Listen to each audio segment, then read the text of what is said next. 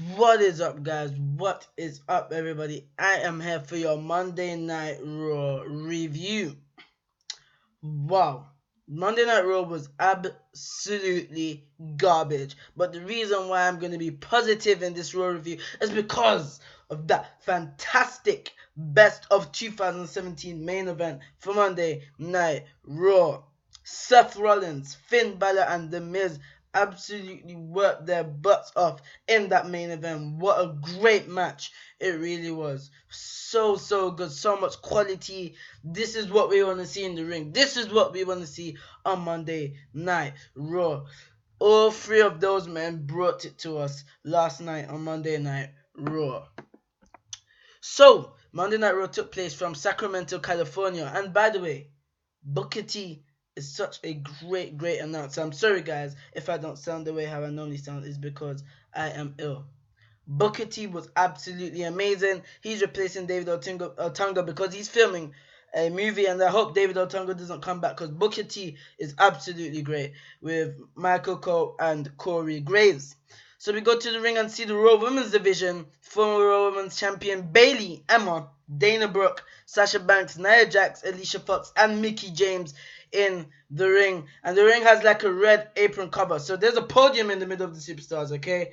Then JoJo, who I've grown over as an introducer, very good on Monday Night Raw. She introduces the new Raw Women's Champion, Alexa Bliss, the first ever woman to hold the SmackDown Women's Championship and Raw Women's Championship. And I really think that they made Alexa Bliss wins because they're going to have Charlotte become the first NXT Women's Champion, SmackDown Women's Champion, and Raw Women's Champion very soon. So out comes Alexa Bliss with her new Raw Women's title. Alexa Bliss is absolutely great on the mic. She was talking about how all the others come out and call themselves Queen, but she said to say the Queen is dead. Long live Alexa Bliss, stuff like that. She's the only goddess in WWE now. Bliss says they're on good terms and says things about every single one, saying that Mickie James inspired her. Then she goes to Sasha next and has words with her. Them two have legit heat. They're going to have a rivalry very soon. I think I'm giving up on the Sasha Banks heel turn as well. She turns around to Nia Jax next, and we all know that Nia Jax and Alexa Bliss are real life friends. Bliss says they're on good terms and tries to suck up turn Nia because Nia is big and she'll destroy her. Bliss says they're on good terms and tries to say that, and then she's looking forward to Team Tour. Later she says, so she makes her way on top of the podium and looks down at the others. She thanks Bayley, ultimately disrespecting and humiliating Bayley next, and says this wouldn't be possible without her. Alexa Bliss is just great on the mic, man. Absolutely great on Monday Night Raw. Fans start chanting for Bayley. Bliss pokes fun at Bayley for her family being in the crowd last night. Then a big brawl broke out. So after commercial, we basically had the entire Women's Division in a match. We had Emma, Nia Jax, Alicia Fox, and Alexa Bliss. I really don't know when Alicia Fox became a heel versus Dana Brooke, Mickie James, Sasha Banks, and Bayley, the face team. This match I think went a way bit too long for me. Went way too long for me. Didn't really watch this match. Wasn't really interested. I found it boring and I thought it went way too long. But the ending saw everybody brawling. Everyone got involved and there's chaos in and out of the ring, okay? Bayley and Bliss go at it. Bliss with a cheap shot to the eyes that the referee doesn't see, and they DDT for the pin on Bayley. Are you kidding me? So now a DDT wins matches on Monday Night Raw. Alexa Bliss really, I don't know why they're not doing the Twisted Bliss. What does a DDT do? They're really having a DDT putting away top superstar like Bayley 2 nights in a row, might I say as well. Absolutely ridiculous. And your Payback review will be coming very soon. I've just been very busy. I'm ill as well, so I'm very sorry about that. And you know that Vince McMahon will be like so a DDT is very brutal move. It has such great impact. I'm like, what? No, not really. And also make sure to check out my tweets as well about Kenny Omega joining Monday Night Raw on My Universe Mode and Amber Moon joining SmackDown Live on My Universe Mode. Most of you that saw it seemed hype, so thank you about that. Talking about Twitter, make sure you follow me on my Twitter at khaironews. That will be in the description of the video. So Alexa Bliss, Nia Jax, Emma, and Alicia Fox win. After the match, Team Bliss stands tall as she's gloating with her new Raw Women's Championship. Loved what they're doing with the women, but I thought it was pretty boring and went way too long. But I love how the women were the center of attention for the first 13 minutes of Monday Night Raw. That's absolutely great. Then we had a match between Enzo Amore versus Luke Gallows. Who cares? Who cares? Do you think I watched this match? I did not watch this match, okay? All I have to tell you is that Luke Gallows wins by hitting a flapjack for the win. Do you care? Do you care? Wall, do you care? Blinds, do you care? No, they don't care. Do you care? I don't think so. Do I care? No. Let's move on. TJ Perkins. Well, now they're referring to TJ Perkins, is even on WWE.com, as TJP, simply as TJP now. So he's backstage with the Cruiserweight Champion Neville. And I love this new attitude that TJP is showing now since he's made his heel turn a few weeks ago. Sorry. Sorry, guys. Perkins says people are saying it looked like Neville was about to tap out to Austin Aries at Payback, causing him to use the referee to escape and retain. Neville says what happened at Payback can be blamed on the unprofessional acts of the referee. You like my Neville accent there? I am the king of the cruiserweights. Neville goes on and reminds Perkins that Aries is very problem and that Perkins has an easier shot at getting a title match with Aries gone.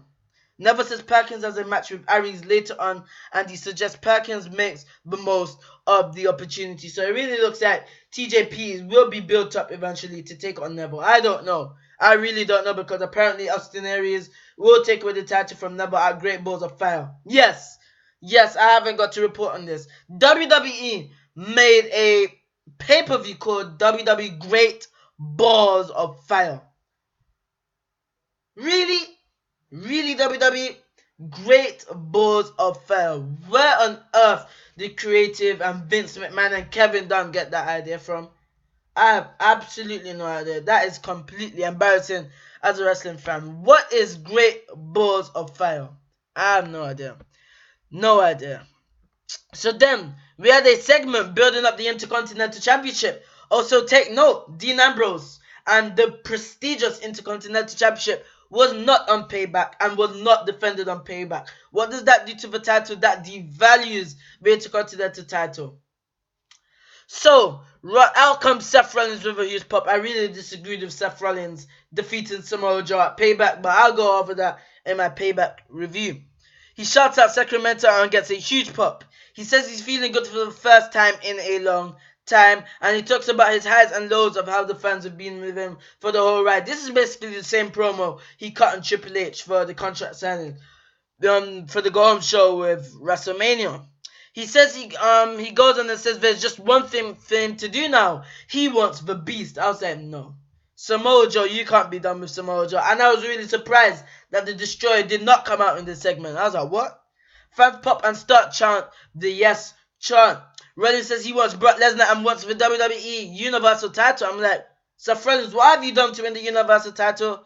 I know Seth Rollins has a lot of fans, and I don't care if you lot get upset with me for this. Seth Rollins is absolute garbage as a babyface. Seth Rollins is boring. I really don't care about Seth Rollins' character since he turned face. He needs to turn back into that cocky heel he once was. Because this babyface run isn't really doing too much for him, in my opinion. So he says he's been to Suplex City and he's not afraid to go back. The music hits and out comes Finn Balor. Balor says they have been on the same page lately and he respects Rollins, the one-legged man who won at WrestleMania, but he became the first Universal Champion with just one arm. Balor goes on and says he never lost the title, and when it comes to talking about facing Lesnar, the line starts behind him. So Finn Balor, all of a sudden, after all of those weeks you've been teaming up with Rollins, you finally realize that Seth Rollins was the one that injured your arm. WWE Creative, you think we're stupid, don't you? The music interrupts and out comes the Intercontinental Champion Dean Ambrose to a pop. And I was like, wow, we're actually seeing the Intercontinental Championship. I was like, oh my gosh. Ambrose talks about how Lesnar doesn't defend, but he's a fighting champion. You're a fighting champion, but you didn't defend the title at Payback. Makes so much sense, doesn't it, Ambrose? But Miz the smart one eventually mentions that later on. So now the Miz's music hits, and next, and out he comes with Maurice. He runs everyone down and says no one deserves the gold but him, and I completely agree. This leads to Ambrose pulling out his phone to call General Manager Kurt Angle. This was not funny, but other things Ambrose did in the night was funny, but this was not funny. Ambrose hangs up and says Angle wasn't happy he had his phone number. Angle did make Miz versus Rollins versus Balor, with the winner earning a WWE Intercontinental title shot. Oh my gosh, I said title shot. Vince, are you going to take down my Raw review now? Because I mentioned the phrase title shot that you've supposedly banned on WWE TV. Absolutely garbage. Then we had a match with the Cruiserweights. Tony Nese, Brian Kendrick, and Noam Dar versus Rich Swann, Akira Tozawa, and Jack Gallagher. And I was saying to myself, are these 6 men still employed by WWE? I completely forget them.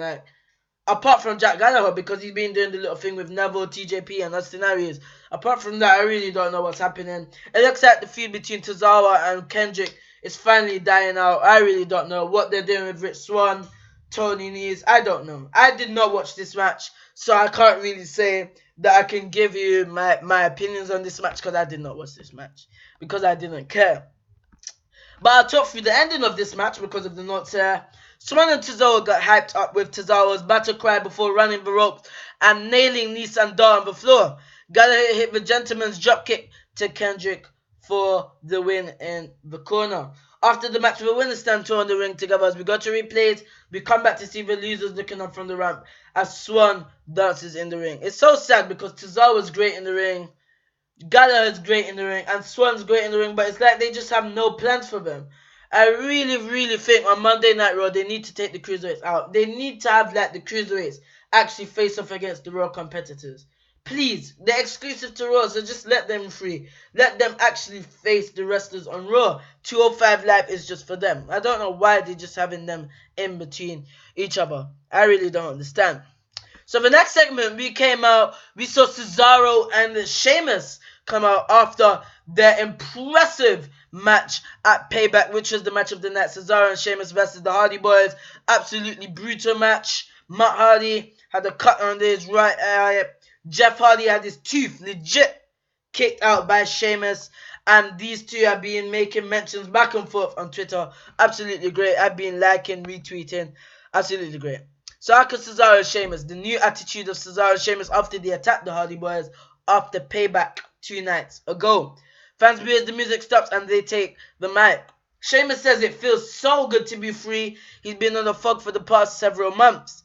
He says he's never liked the fans anyway, and AU looks stupid chant starts. He talks about Jeff Hardy and how he kicked out his tooth just taking the mic, and how it was their moment, but at WrestleMania the Hardys brought back to steal the moment out from under them. Cesaro talks about how fans just love the nostalgia, and I was like, wow, talk about nostalgia. Broken Matt Hardy must be coming soon, man. They're making a lot of teasers as well. Fans would rather live in the past than look at the future and respect the present that is in front of them. Cesaro says that feel-good moment didn't last long because last night he and Sheamus proved the Hardys are just a novelty act that don't belong in the ring with the Warrior and the Superman. No! WWE just realized, Cesaro, that you and Sheamus in-ring skills in the ring. That's what I think. Because they don't set the bar, they have a bar.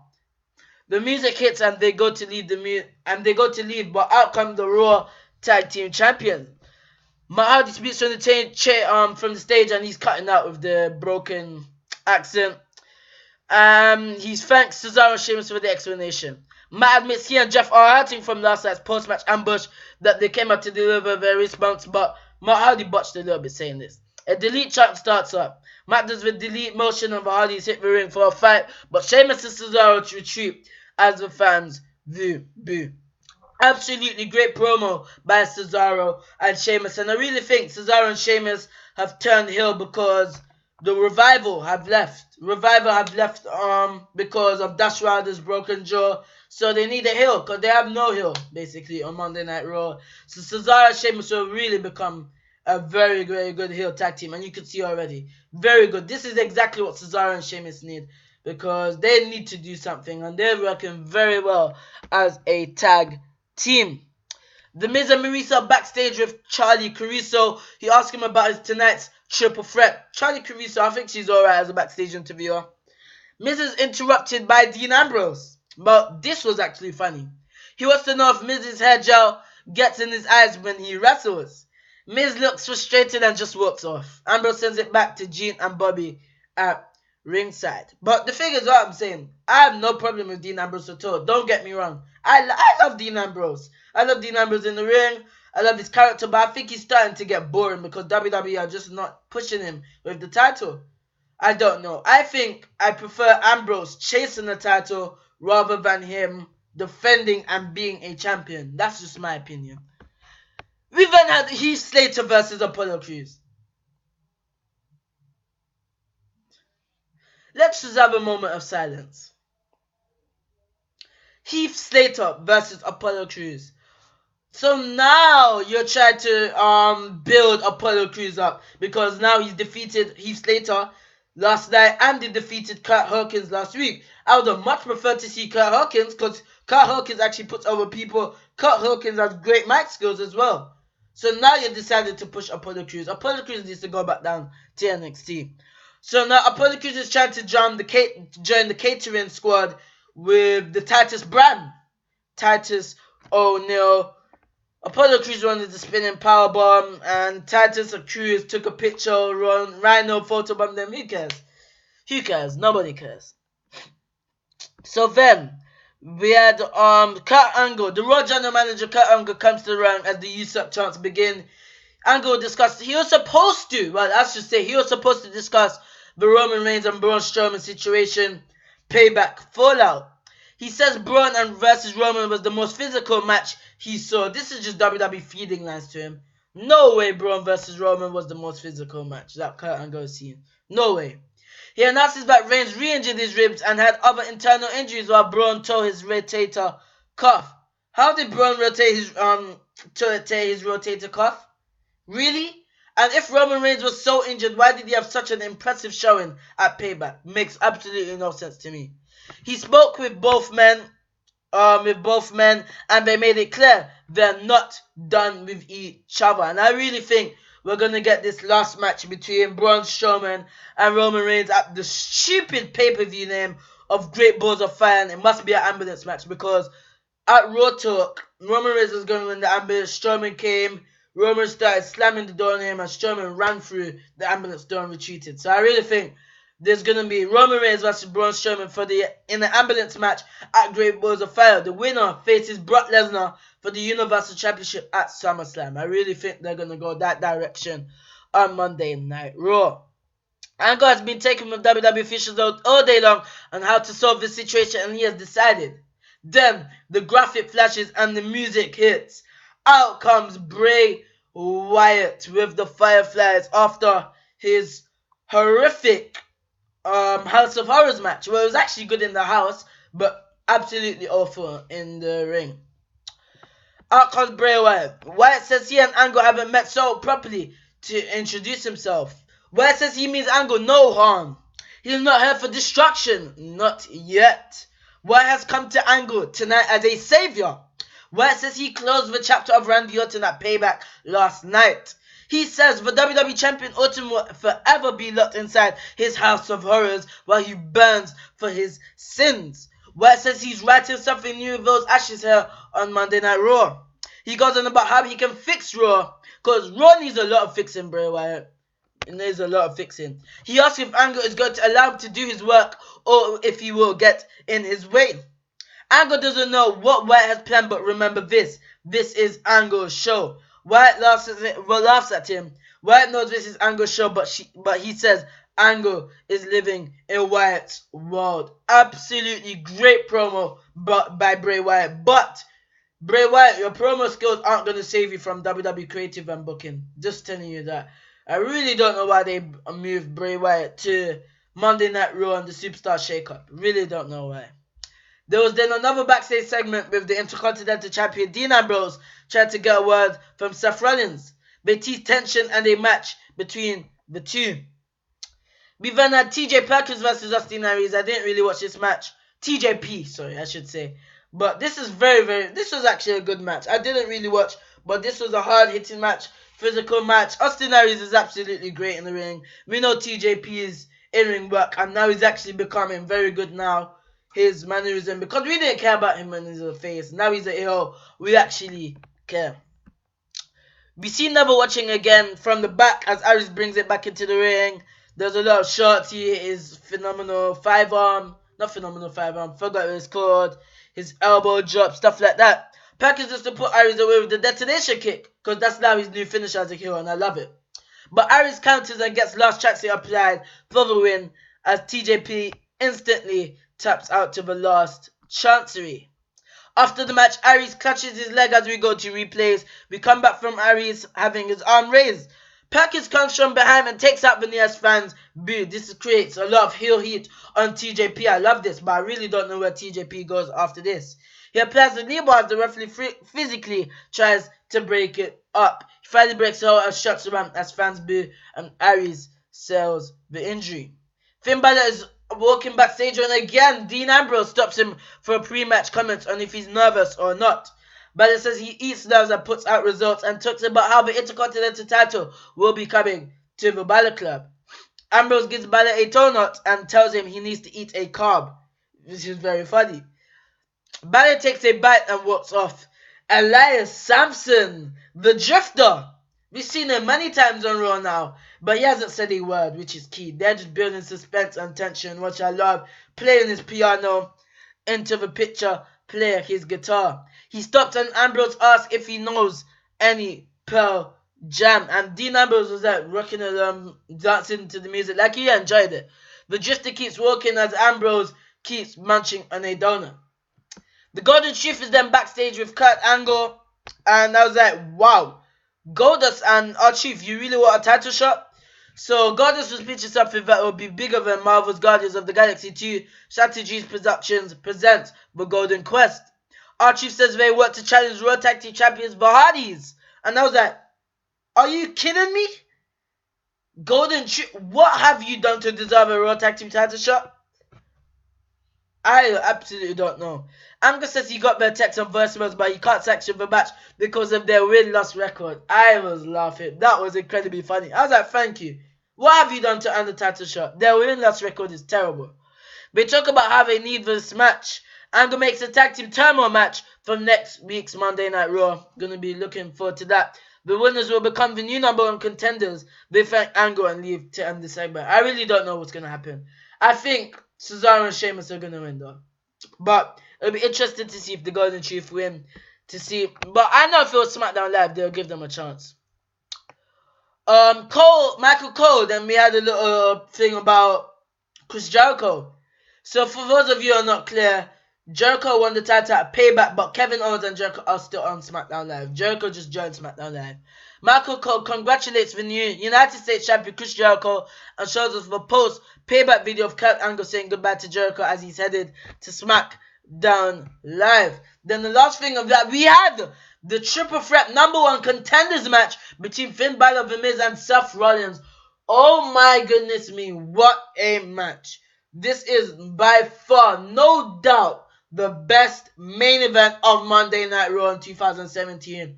What a great, awesome, hard-hitting collision we had in this ring. Finn Balor versus the Miz. Seth Rollins earned their paychecks last night. Absolutely great match. Sorry, guys. Wow, this match was so great. I can't even go over everything. Balor had spots. Balor even drop-kicked Miz into a DDT position for Seth Rollins. Seth Rollins did a DDT. Balor drop-kicked Rollins at the same time. Absolutely amazing. Those Falcon arrows by Rollins. Superplexes. Balor nailed Miz with big kicks on the outside. This was amazing. This was absolutely amazing. Here's the end. Rollins runs the ropes and nails a suicide dive to Balor. Rollins goes back in and nails a suicide dive to the Miz. Then the Destroyer Samoa Joe appears out of nowhere, and I was like, where's Samoa Joe? He appears out of nowhere and nails the Uranagi on Rollins on the floor. Miz can't believe it. Miz turns around in the ring to Balor, nailing a sling blade. Balor drop kicks Miz into the corner. Balor goes to the top, but it's going for the coup de grace, but the Wyatt family graphic flashes, and the lights go out. They come back on as Bray Wyatt is on the apron. He shoves Finn Balor off from the top rope onto the mat. Bray Wyatt hits Sister Abigail to Finn Balor. The lights go out. They come back on. Wyatt is gone as Miz crawls over and covers Finn Balor for the win and the title shot. Absolutely incredible match. Absolutely incredible match. Really, very good match. Absolutely amazing. This was very good. This and Cesaro and Sheamus and the Hardys segment was the only reason to watch Monday Night Raw. Apart from that, Monday Night Raw was absolute garbage. This main event was definitely the best main event of 2017. Absolutely amazing. So it will be The Miz versus Dean Ambrose for the Intercontinental Championship later today. I really don't know when. I rate Monday Night Raw 6 out of 10 purely because of that main event. That main event was absolutely incredible. Thank you for watching this video, and also I've got breaking news here for you all. I will be starting the channel with my friend called Alfie, and we'll be doing like gameplay. We'll be doing FIFA 17. He's a football fan. We're both WWE fans. We'll be doing reviews together, like 205 Live and NXT reviews, SmackDown reviews, Raw reviews, FIFA 17 videos, mocks, pranks, vlogs, WWE 2K17 videos, 2K18 news and rumors. A lot of new stuff will be added, and that will be a separate channel, so please stay tuned for when I announce the channel for you all. Make sure to follow me on Twitter at Khairo's News. Link will be in the description. Make sure also to follow me on Instagram at KhaiTalks. That will be in the description. I thank you all. If you really reach the end of this video, if you reach and watch till the end of this video, type in hashtag broken. We want hashtag broken Matt Hardy and Jeff Hardy. Thank you for watching this video. If you haven't already, make sure to smash that like and subscribe button. Love you all, guys, and I will see you on the next video for my Payback review. Love you all.